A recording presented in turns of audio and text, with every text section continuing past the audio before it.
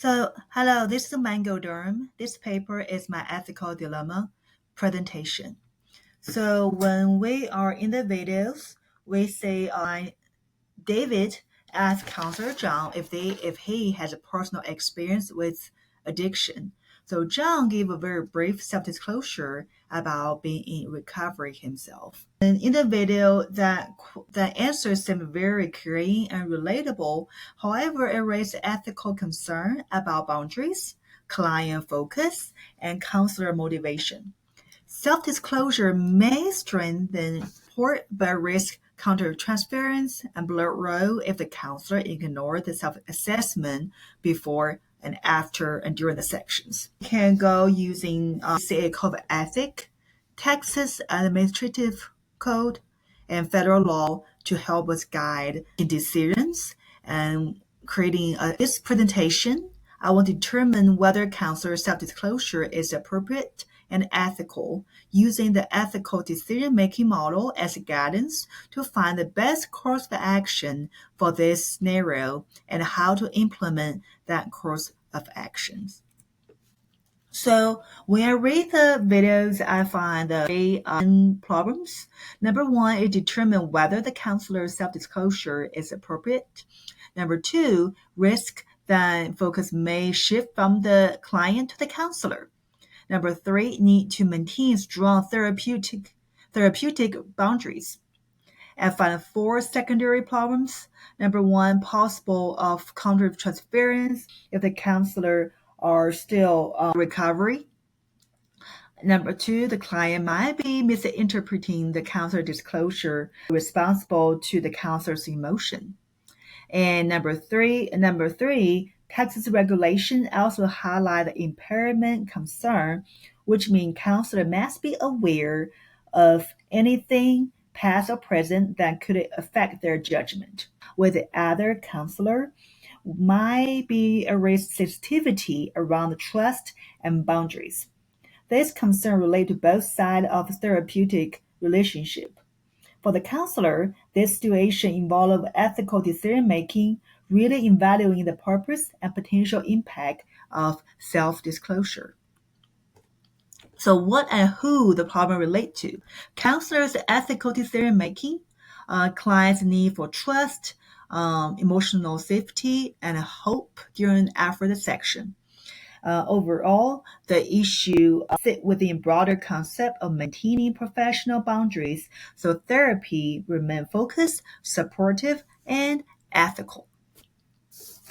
When it comes to HCA code, I find in point 4B, personal value avoiding value imposition, 8.5D, avoiding relationship that impair judgment, 6C, boundaries of competence, and also the seeking provision as needed, supported by 8.2D, 8.2B, and B1. The last one is the 8.6A, which directly relates to self-disclosure that a managed counselor that disclosure, which means it must be intentionally brief and for the client's benefit. For Texas Code, Section 681.41, maintaining professional boundaries. 42, avoid dual relationships. 41M, prohibition of practicing while impaired. Federal Code, protecting client privacy, and 42 CFR Part 2, substance use treatment confidentiality. So those standards help ensure that both the counselor's disclosure and the client's personal information are handled with care. The next one, natural and dimensions. Moral principle. I see all those really show up in the video. First one, beneficence, supporting the client's healing. That's why he decided to disclose his history of addiction. Non-maleficence, avoiding harm through over-closure, try to keep it short and brief. Autonomy, not influencing the client's belief or decisions. The video John also shared about tell David that he also can look for other counselors if he want to. Veracity, responding truthfully. Fidelity, maintaining trust. Justice, using consistent standard across the client.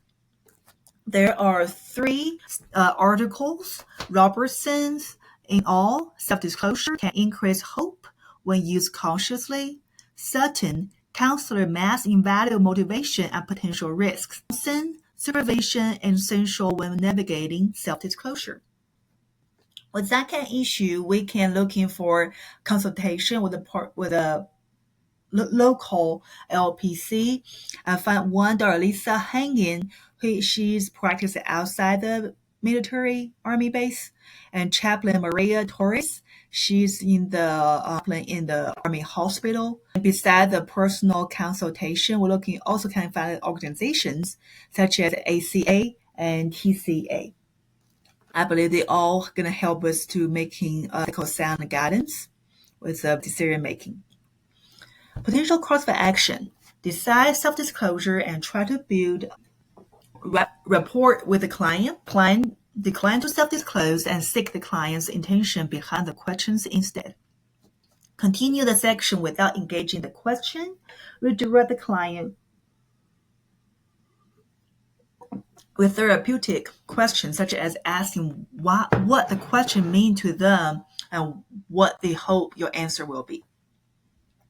Provide a general and professional response that I can be an therapy counselor without having the same experience with the client. Defer the question and tell the client that I want to think carefully before responding. 7 is seek supervision and get guidance on the ethical response.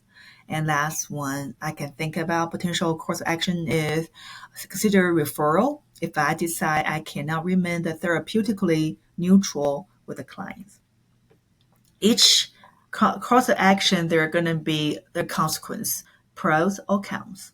So the first one, you go ahead and tell the client, I may build trust and strengthen the bond with the client. However, I could unintentionally cross boundaries, trigger counter-transference, or increase my own vulnerability. I might also draw premature assumptions that mislead the client. Number 2, I maintain boundaries and reduce the risk of ethical violation, but the client might feel dismissed or shut down, which could make it harder to build trust or share openly later. Number 3, I give myself a time for a more thoughtful and ethical response while maintaining the boundaries. But the client might feel ignored or believe I'm avoiding the question, which can weaken the trust. Number 4, I keep the counseling process professional yet supportive and maintain focus on the client rather than myself. But the client might feel less emotional supported or assume I lack empathy. They may also return to the question later if their needs for the connection remain unmet. Action 5. I protect boundaries, avoid ethical risk, keep the focus entirely on the client. But the client may find it's harder to connect with me, especially if they have experienced an unsupportive counselor in the past. 6. I acknowledge the question without avoiding it, which can feel more genuine to the client, but the client also might feel that I'm withholding something or being guarded. Number 7. Get guidance from a supervisor, which helped me offer a safer and more ethically sound response. Cons: delay my response could cause a client to doubt my competence or my ability to help them. 8. I protect the client's welfare, reduce the risk of harm, and upholding strong professional boundaries. Cons: the client may feel abandoned or lose trust in me. They could also misunderstand the referral, which may creating emotional harm. The action I choose will be choose to provide a brief intentional self-disclosure only if it is clinically beneficial to the client. Ensure the self-disclosure is purposeful and client-focused. Redirect focus to the client experience after the self-disclosure with no elaboration. Maintain strong boundaries during the section with the client. Continue to monitor boundaries during and after the counseling section and seek supervision for guidance. Document the reason why I choose to self-disclosure, how it impacts the section. I believe the reason why I chose the action, I believe my action was chosen because it should be because it was guided by the research for the use of brief, intentional, and clinical relevant self-disclosure.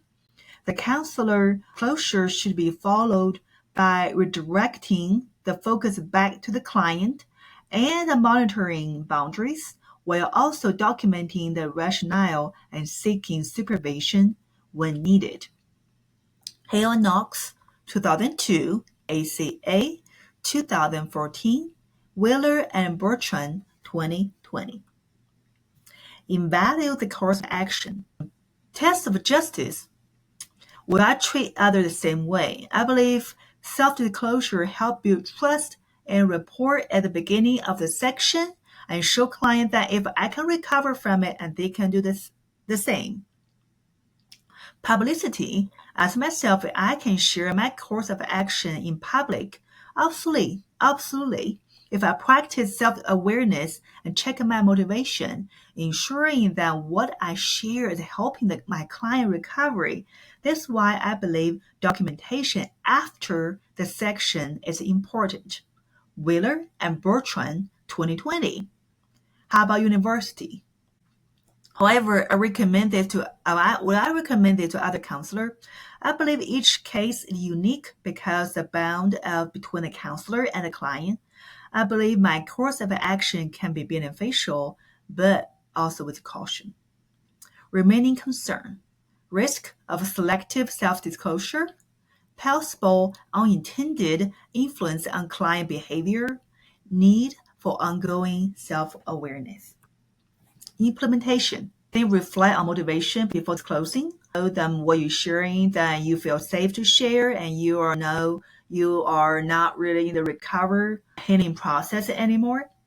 Keep any disclosure brief, relevant, and client-centered. Direct focus back to client's goal immediately without elaboration. Do not expect that the client might responding or have action with your story. Document clinical reasoning for self-disclosure that's going to protect you and your client. Consult LPC supervisor for any kind of ethical guidance. Review ACA, TCA, and Texas Code for guidance. Continue training ethics and boundary setting. Monitor personal emotional triggers. Evaluate outcome with the client in subsequent sections. Personal reflection. I believe important for humility and ethical growth during the section. Also, counselors do not need to be fully healed to be effective. Ongoing self-evaluation is very important for every counselor. Always make sure that you are responsible. What you were telling to the client, and you be client focused. And I believe this is the end of my presentation.